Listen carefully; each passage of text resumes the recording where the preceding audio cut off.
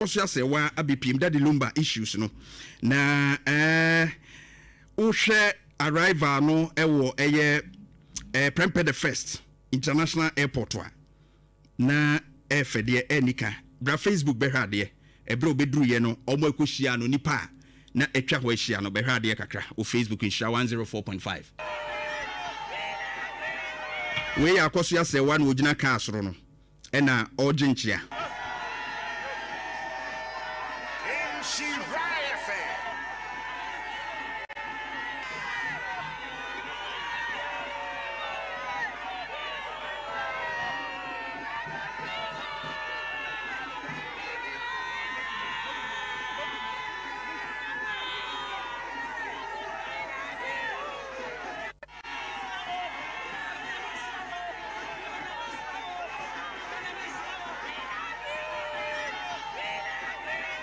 Obra Facebook behra de na nipa domo atwa ho ahia and oni papa Shee ene gina kan na so no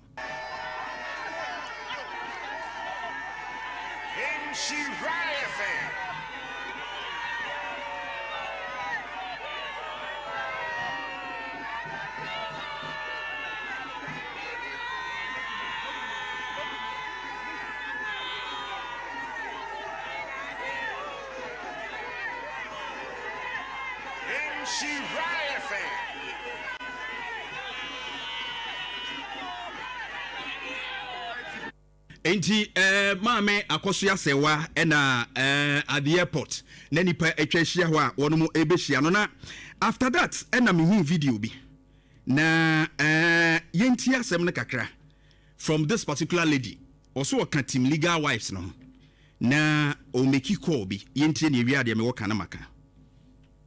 His Excellency John Dramani Mahama said, Papi, a bad in we are pleading to him. His Excellency John Dramani Mahama said, Papi, a bad in we are pleading to him. Say, Niake Bia, yes, sign Kosua Kotono, your best friend, so Bemanu Cre. A dead. Your best friends and a more you to call your name or better no what's here. And I said, Mamma Akosua Serwaa semi. And your mamma, His Excellency one walker man and answer all buano. A president be a bedawa, and one Ghana, Warufu, and one Ghana, Mabu, and one Ghana, and Mayua. In any way, it's a wrong president. I yes set at all. Send them bawa esiswa. Ombetimi Akwakotari Obukunuana, no kwa, not just why Irana. Debbie Ghana has a more and Munyam Sensa, and yes, sir, Mr. President, yes, sir, Ghana Peace Council, yes, sir, the wives of all pastors, yes, sir, women in parliament, yes, sir, the minister, the gender minister, and I think so Nipa, yes, Sam Buko to Biokon and Baby, I am the vice president. For the first time in Ghana history, no, Obana, vice president, and the point Obako Sahu Yemu, near Kasayanti and Yabadani Chi Amano. We are pleading on that and we are calling on their office. Say, sorry, no mwasa kuya ya queen. Nesan say, ma mini here say, Mrs. Akosua Serwaa fosu, we hear justice. Well, me say ma me on that screen is we by Facebook Nhyira 104.5 I'll be one that's why or ton krama His Excellency John Dramani Mahama to come in me hwe na me ko machi ya hwe nsem no a eba ye nimu kakra Kumasi High Court a ruling by Justice Dorinda Smith Arthur on the 28th of November 2025. Okan say Akosua Serwaa claims say ono nko na ye Daddy Lumba ire no if fairly anaso wantimi improve with authentic document. Tinami bisa say fans na abehia no are we now having that particular evidence around a question? Now court no say a man me enu nyina ye odobroni ni Akosua Serwaa ni nyina omo ye Daddy Lumba ire no according to your customary laws. Now the court say yema a man me enu nyina ye hu omo sayire na omo nko ahead na nka ne omo nko ye kuna no. But the ye ni do ye no yema me Akosua Serwaa ye hu no. So now when I heard Oba we will make a call on the president, say President Imremuna ye ensure justice. His Excellency John Dramani Mahama enye judge. Though he's a president, but he's not a judge. He's not a lawyer. The judges have spoken. And so, Sebibi Intiasibi Niwa, you go ahead to the appeals and of course to the Supreme Court if there's a need for interpretation. But there may be son is there. A dying paya and antefre ewum. Oya so ya oba ware for and a man ware there and a woman ware na yesa na ebeye na esa eye bad precedent and na wo. E he fa de yenyini no. Ye ma me ne ye papa no ka kire se. Tawo ware kuna utumi jane hokotena baabi anase utumi ka say bia wadwuma a wo ya na bibia wo yenti. Umma ukunu ho for several years. And that is 17 years. According to Nsenkaya, Omo Ankasa, and 17 years. It's a dying paya and a tough room. So one Kasa will cram Sabe, one farmer, I'm on a con, I'm for now more, baby ye. Now what tickle will be a fee and also a cool biso, no cocanwa, or the ababoni trimu pair. Untumin cocanore. Because one show I am way. Our real in day. And for 17 years, you can't worry any day. And young kratanko, it's not about paper alone.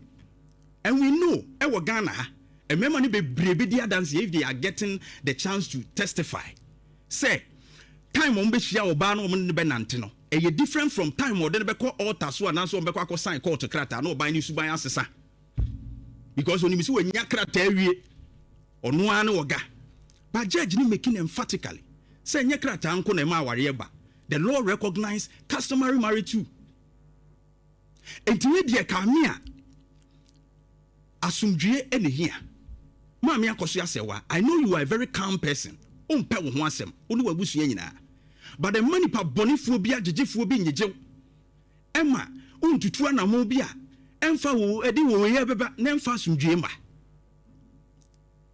Omo edidi akire ye piepia otakra bojam ni ade no omo se woni munyam nipa dom na bebuo na omo ye na ebia ye omo ho awarefo no many of them omo suban ye enti ba kakra no wo se ni suman ye nti bia ni kunu enso ni obi yi enti wo be support ni suban ye. You see yema sumdue enya adwuma. And you mano show example. A year no buy and Kwadane Kasa Utimi said there is unity. Omo passum due wa woma Akosua Serwaa wa woma. Entimon come home na wan sure asum due se be ya daddy lumba echi e be ye kama. Na mo di echire na eye takra bodwem no. Sabe woni daddy lumba echi aya na motie no. Sa nkrofo ya beguo bebrebe dodo na omu ni ho. Enyo mo na ebe kan wasem ama. Uni mu akomam. Bema wodo no so ye manachi nye basa. Ye manachi nye manso. Ye manachi nye twema mentwe. After all, Odobroni was 16 years. A brother Dilumba, e beka so ye minor. A brother Dilumba efa no. Enti ne betumi aka se sa bre no osua. Enti even akodrum pempenso se ya. Wo ye pani. Montra se. Na monhwe kwan asomdwe befa so ye adwuma. Omo ebe support ne yakoye ehon flag yina de aba.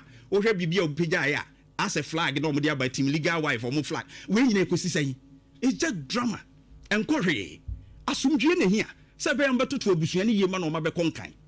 That's my words to you Mama Akosua Serwaa. Wo ani munyam pi e mani pa bi o mo ye yodum ense wo ani munyam na Ghana fo nso do na kafie ne bom eno na be mi abo ye nse mama wo entity munye unity is the best.